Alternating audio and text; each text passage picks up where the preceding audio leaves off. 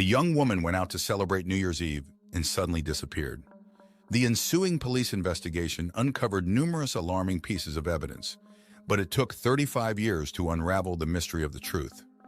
The case took an unexpected turn, and the circumstances of her disappearance on that fateful New Year's Eve were finally revealed to all.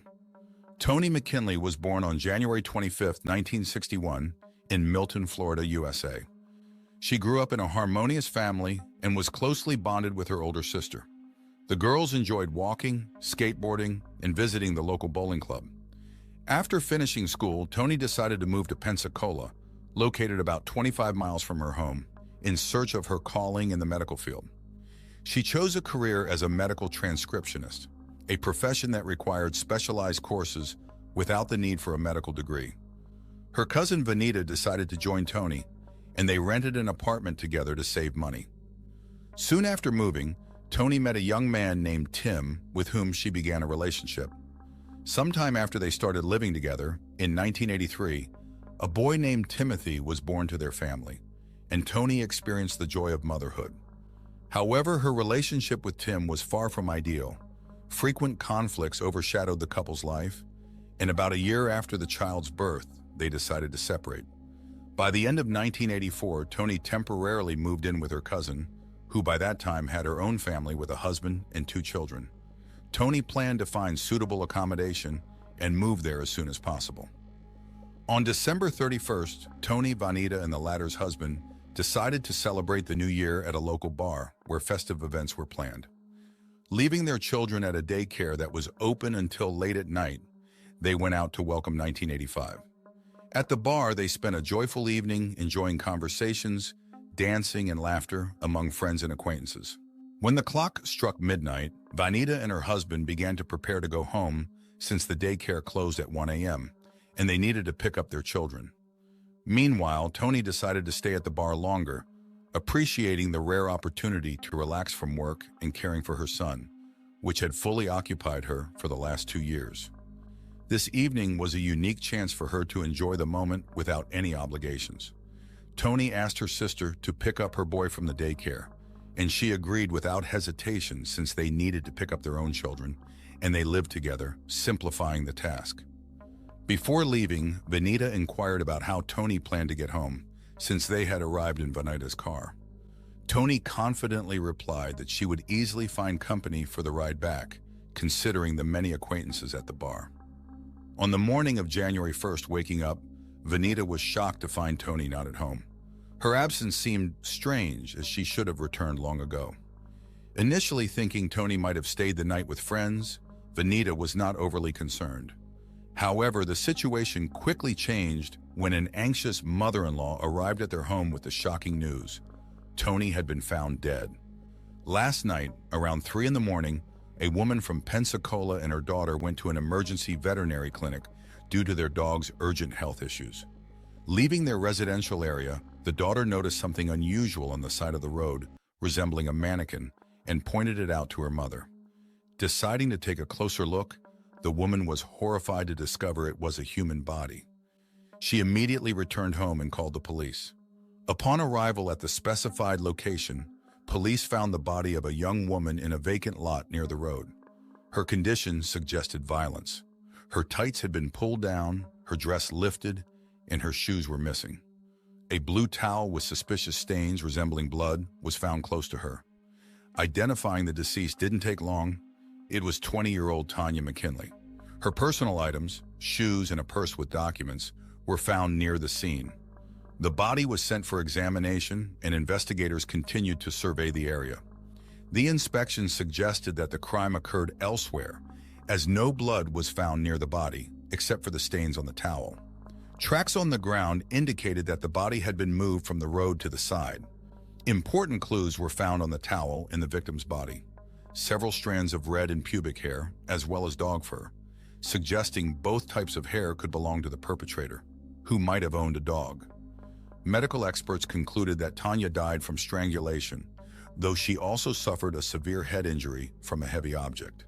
Furthermore, it was determined that the victim had been sexually assaulted before her death. Biological material from the attacker was retrieved from Tonya's body, But at that time, DNA analysis technology had not yet been widely applied in forensics. Experts could only determine that the criminal had type O blood. Despite having this information, it was insufficient to direct the investigation on the right path to finding the killer. Consequently, detectives began compiling a list of potential suspects, paying special attention to Tim, the deceased's former partner. Interviews with Tonya's friends and relatives revealed issues in their relationship, persisting both before and after the birth of their son. Tonya's decision to end these ties met resistance from Tim, who was unwilling to part and continued trying to win her back, regularly calling and showing up at her house, demonstrating his inability to accept the breakup. This led investigators to speculate that on New Year's Eve, Tim might have followed Tonya to the bar, where a conflict between them ensued, ending in tragedy. Tim was brought in for questioning, but denied any involvement in the crime and agreed to provide hair samples for analysis. Although DNA analysis of Tim's hair samples was not possible, experts could conduct microscopic comparison, which in theory could confirm their match with those found at the crime scene. However, Tim's hair samples clearly did not match those found on the victim's body and towel, eliminating him from the list of suspects at that time. Investigators shifted their focus to questioning patrons of the bar present during the New Year's Eve celebration. They asked Vanita about any unusual or aggressive behavior towards Tony, but according to her, the evening passed without incident.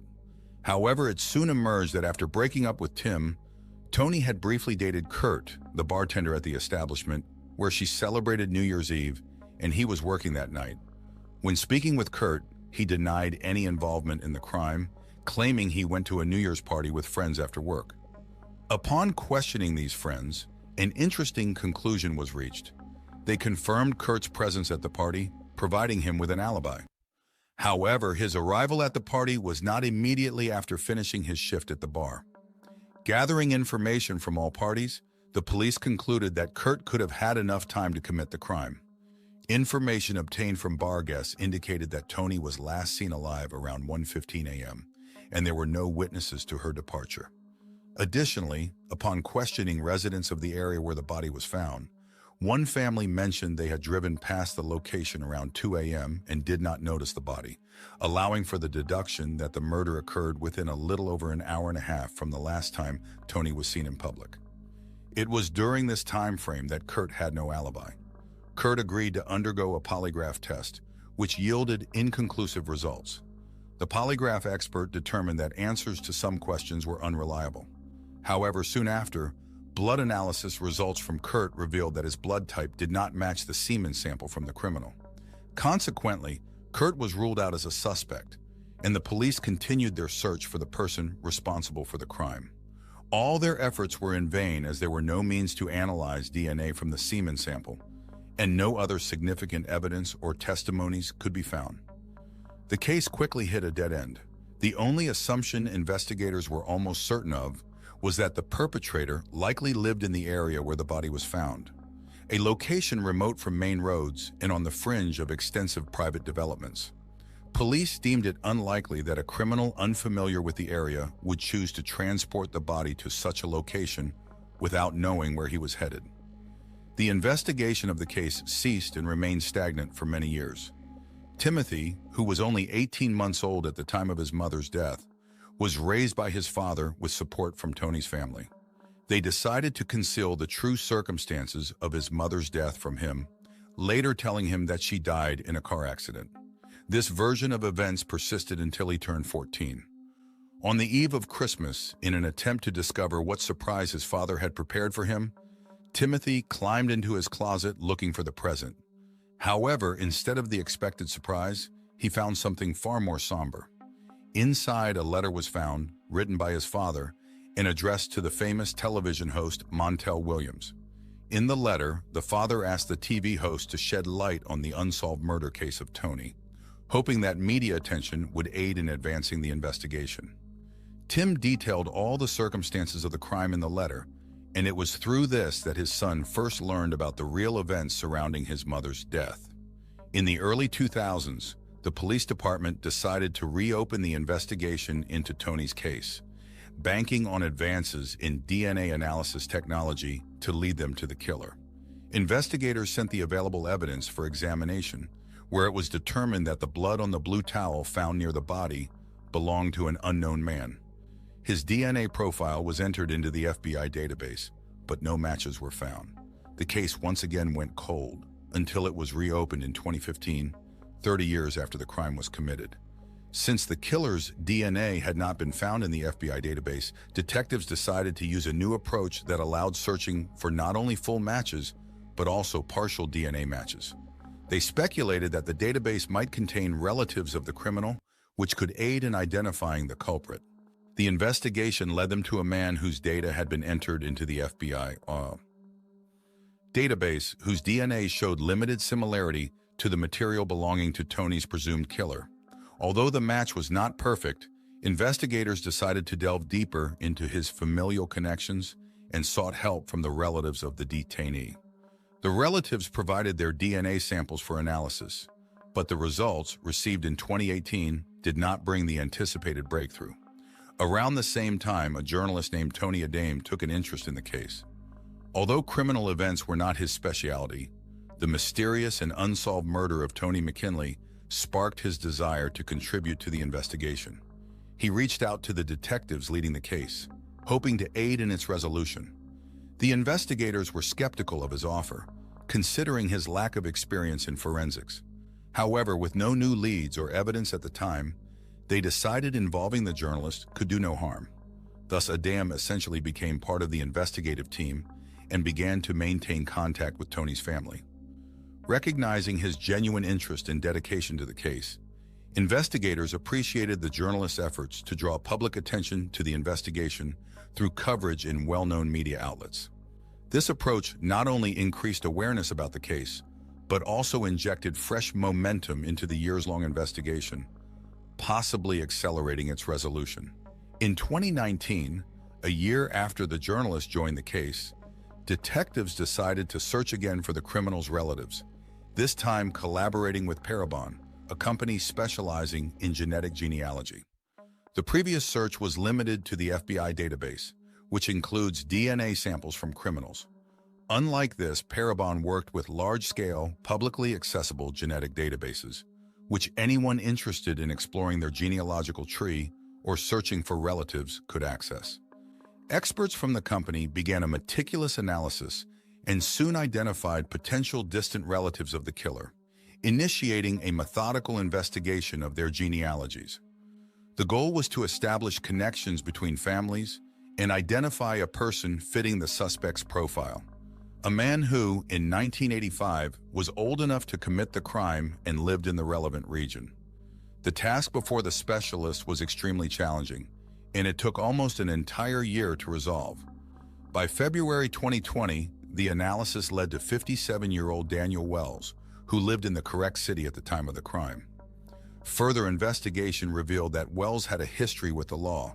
He was arrested for assault in the late 80s and later for exhibitionism. In 2020, Daniel continued to live in Pensacola, working as a carpenter, and had a family. To confirm his involvement in the crime, investigators needed a sample of his DNA to compare with the material found at the murder scene. Proceeding with caution and fearing that Wells might attempt to flee if he became aware of the suspicions against him, the police began surveillance. Soon, an opportunity arose to collect a DNA sample.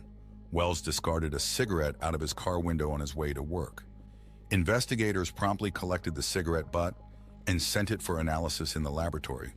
Experts successfully extracted DNA from the saliva on the cigarette filter and compared it to the DNA found at the murder scene of Tony. The analysis results showed a perfect match.